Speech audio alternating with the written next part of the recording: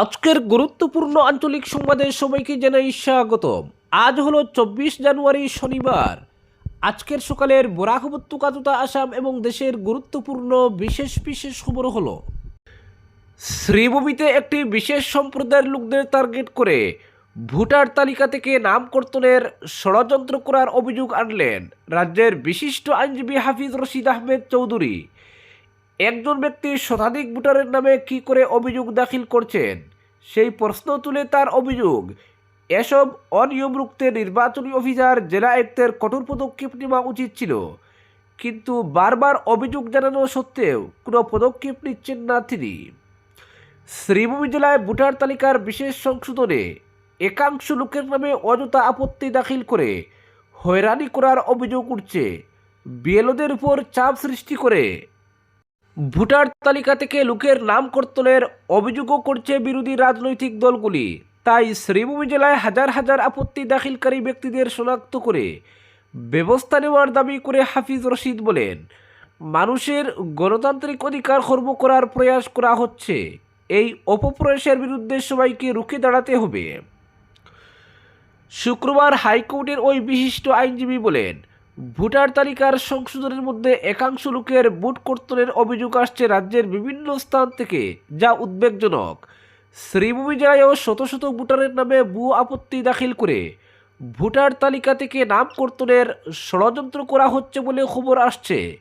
তাই শ্রীভূমির জেলা কংগ্রেস কমিটি এবং লিগ্যাল সেলের সঙ্গে কথা বলছি আমি, যাতে এসব অনিয়মের বিরুদ্ধে কঠোর পদক্ষেপ নেওয়া সম্ভব হয়। তাছাড়া রাজ্য নির্বাচন কমিশনার এবং মুখ্য নির্বাচনী অফিসারের সঙ্গেও আলোচনা করেছি বিষয়টি নিয়ে, কিন্তু শ্রীভূমির জেলা আয়ুক্ত এবং বিএলওদের বিরুদ্ধে ব্যবস্থা গ্রহণের দাবি করে তিনি বলেন, একজন ব্যক্তি শতাধিক ভোটারের নামে অভিযোগ দাখিল করছেন, কিন্তু সেসব ভালো করে যাচাই না করেই ভোটার তালিকা থেকে নাম কর্তনের সিদ্ধান্ত নিচ্ছেন বিএলও ও নির্বাচনী অফিসাররা। অথচ অভিযোগকারী লিখিতভাবে জানাচ্ছেন যে তিনি মোটেই অবগত নন এ ব্যাপারে। কে আপত্তি দাখিল করেছে তার নামে অভিযোগকারী সেটাও জানেন না। তারপরও সেই সব ভুয়ো অভিযোগের ভিত্তিতে কী করে ভোটার তালিকা থেকে নাম কর্তন করা হচ্ছে, কোনো নিয়মের অধীনে করা হচ্ছে, জেলা নির্বাচনী অফিসারকে সেটা জানাতে হবে। তাই প্রয়োজনে জেলা আয়ুক্ত এবং বিএলওদের বিরুদ্ধে আইনি পদক্ষেপ নেওয়ার কথাও জানিয়েছেন তিনি। অপরদিকে বিরোধী জোট হবেই বললেন গৌরব গগৈ। যোগ দিচ্ছেন দুই বিধায়ক। কংগ্রেসকে 31 জানুয়ারির চরম সীমা অখিল গগৈর, একা লড়ার হুমকি। কংগ্রেসকে এবার 31 জানুয়ারির চরম সীমা বেঁধে দিল অখিলের দল। এর মধ্যে জোর গঠন করে আসন সমঝোতায় চূড়ান্ত সিলমোহর না দিলে রাইজোর দল এককভাবে ভোটের ময়দানে নামবে। মাত্র 20 আসন পেলেও কংগ্রেসের সঙ্গে জোটে প্রস্তুত থাকার কথাও জানিয়েছেন রাইজোর দলের নেতৃত্ব। কিন্তু জোট নিয়ে এখন নিজের অবস্থানে অটল গৌরব গগৈ। শুক্রবারও তিনি বলেন, বিরোধী জোট হবেই, তবে রূপরেখা কবে চূড়ান্ত হবে স্পষ্ট করেননি তিনি। অনেক দিন ধরেই বিরোধী জোটের রূপরেখা চূড়ান্ত করার কথা বলে আসছেন অখিল গগৈ। জোট গঠন করে শরিকদের মধ্যে আসন বন্টন চূড়ান্ত করে অভিন্ন ন্যূনতম কর্মসূচি প্রস্তুতের দাবিও করে আসছেন তিনি। কোন কোন কেন্দ্র চায় রাইজোর দল, ইতিমধ্যে সেই তালিকাও জমা দেওয়া হয়েছে কংগ্রেসের কাছে, কিন্তু তাতে সাড়া দিচ্ছে না কংগ্রেস। অখিলের চাপ সত্ত্বেও নিজের পথেই চলছেন গৌরব। এতে রাইজোর দলের ক্ষোভ আরও চড়ছে কংগ্রেসের উপর। তাই জোটের জন্য চরম সীমা বেঁধে দেওয়া হয়েছে। শুক্রবার এক সাংবাদিক বৈঠকে রাইজোর দলের উপদেষ্টা দিলীপ বোরা বলেন, দলের পক্ষ থেকে বলছি 31 জানুয়ারির মধ্যে জোট গঠন করতে হবে। এর মধ্যে আসন বন্টনও চূড়ান্ত করে নিতে হবে জোট শরিকদের মধ্যে। বিরোধী জোট গঠন কংগ্রেসকেই বাধা হিসেবে চিহ্নিত করে তার দাবি। বিরোধী জোট গঠনে বাধার সৃষ্টি করছে কংগ্রেস। তারা কোনো সিদ্ধান্ত নিতে পারছে না, নিজের সমস্যার সমাধান করতে পারছে না তারা। কিন্তু আসামের জনগণের স্বার্থ দলীয় স্বার্থের ঊর্ধ্বে, সেটা মাথায় রেখে এগোতে হবে কংগ্রেসকে। তিনি জানিয়ে দেন, 31 জানুয়ারির মধ্যে জোট চূড়ান্ত না হলে এককভাবে প্রার্থীর নাম ঘোষণা করে ময়দানে নামবে রাইজোর দল।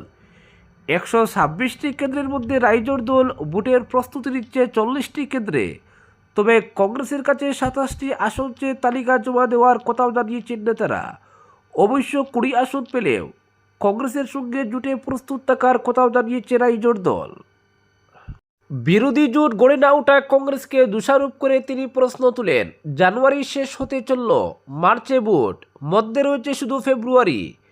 এর মধ্যে কখন জোট গড়িতে হবে, কখন আসন সমঝোতা হবে, কখন ন্যূনতম কর্মসূচি প্রস্তুত করা হবে, আর কখন একত্রিত হয়ে সকলে জনগণের কাছে যাবেন।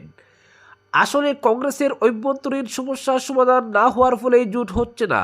আমরা আসন নিয়ে কয়েক দফা আলোচনা করেছি কংগ্রেসের সঙ্গে, তালিকাও জমা দিয়েছি, কিন্তু কোনো সদুত্তর পাচ্ছি না। অপরদিকে কমলাক্ষের প্রচেষ্টায় হাতিমারা কালী মন্দিরের সার্বিক উন্নয়নে অর্থ বরাদ্দ। কাটিগড়ার বিক্রমপুর গ্রাম পঞ্চায়েতের বিহাড়া এলাকার ঐতিহ্যবাহী হাতিমারা কালী মন্দিরের সার্বিক উন্নয়নে সরকারি তরফে অর্থ বরাদ্দ হওয়ায় গোটা এলাকায় খুশির হাওয়া বইছে। বহু বছর ধরে অবহেলিত অবস্থায় পড়ে থাকা এই প্রাচীন মন্দিরের উন্নয়নে অবশেষে বাস্তব উদ্যোগ নেওয়া হয়েছে। উত্তর করিমগঞ্জের বিধায়ক কমলাক্ষ দে পুরকায়স্থের নিরলস প্রচেষ্টায় রাজ্যের মুখ্যমন্ত্রী ডক্টর হিমন্ত বিশ্ব শর্মার পক্ষ থেকে ওই মন্দিরের উন্নয়নে 19,68,200 টাকা সরকারি তরফে বরাদ্দ করা হয়। এই অর্থে মন্দির চত্বরের পরিকাঠামো উন্নয়ন, সৌন্দর্যায়ন, দর্শনার্থীদের সুবিধা বৃদ্ধি এবং প্রয়োজনীয় সংস্কারমূলক কাজ সম্পন্ন করা হবে বলে জানা গেছে। উল্লেখ্য, স্বাধীনতার পর দীর্ঘ সময় ধরে হাতিমারা কালী মন্দির পর্যাপ্ত উন্নয়নের সুযোগ থেকে বঞ্চিত ছিল। অপরদিকে মিজোরামে দুর্ঘটনায় মৃত্যু নিলামবাজারের গাড়ি চালকের। পেটের তাগিদে মিজোরামে পাড়ি দিলে ভয়াবহ যান দুর্ঘটনায় মর্মান্তিক মৃত্যু হয়েছে নিলামবাজারের এক যুবকের। ঘটনাটি সংঘটিত হয়েছে বৃহস্পতিবার বিকেল আনুমানিক 3টায় মিজোরামের লংতলাই জেলার লুংপের বস্তিতে। আজ আনোয়ার হোসেন নামের ওই যুবকের মৃতদেহ বাড়িতে নিয়ে আসা হবে বলে জানা গেছে। যুবকের মর্মান্তিক মৃত্যুকে ঘিরে শোকের ছায়া নেমেছে নিলামবাজারে। জানা গেছে, নিলামবাজার থানাধীন রূপারগুল গ্রামের বাসিন্দা শিহাবুদ্দিনের পুত্র আনোয়ার হোসেন অন্য একজনের গাড়ি চালক হিসেবে কর্মরত।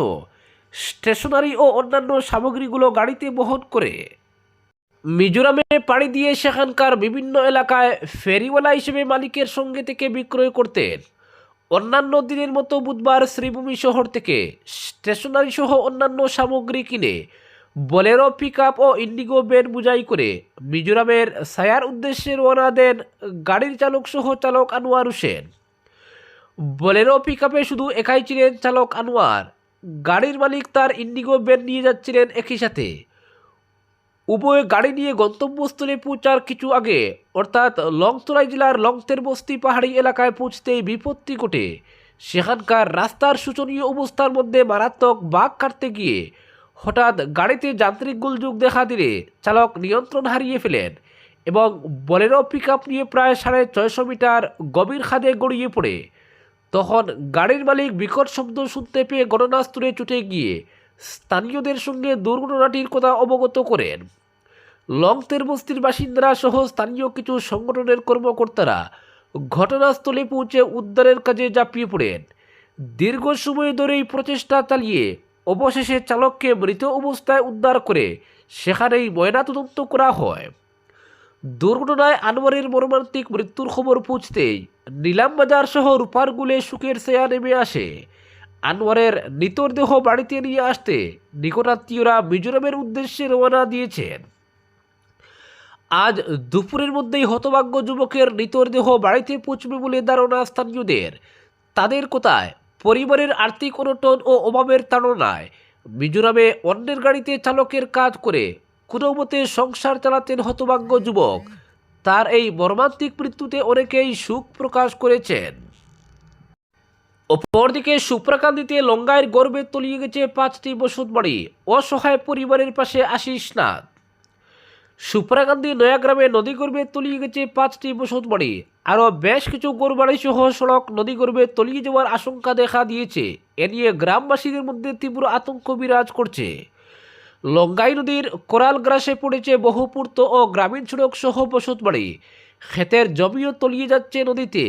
নয়াগ্রামে তলিয়ে যাওয়া নদীবাঁধ সংস্কার না হওয়ায় যোগাযোগ বিচ্ছিন্ন হয়ে পড়েছে বহু গ্রাম।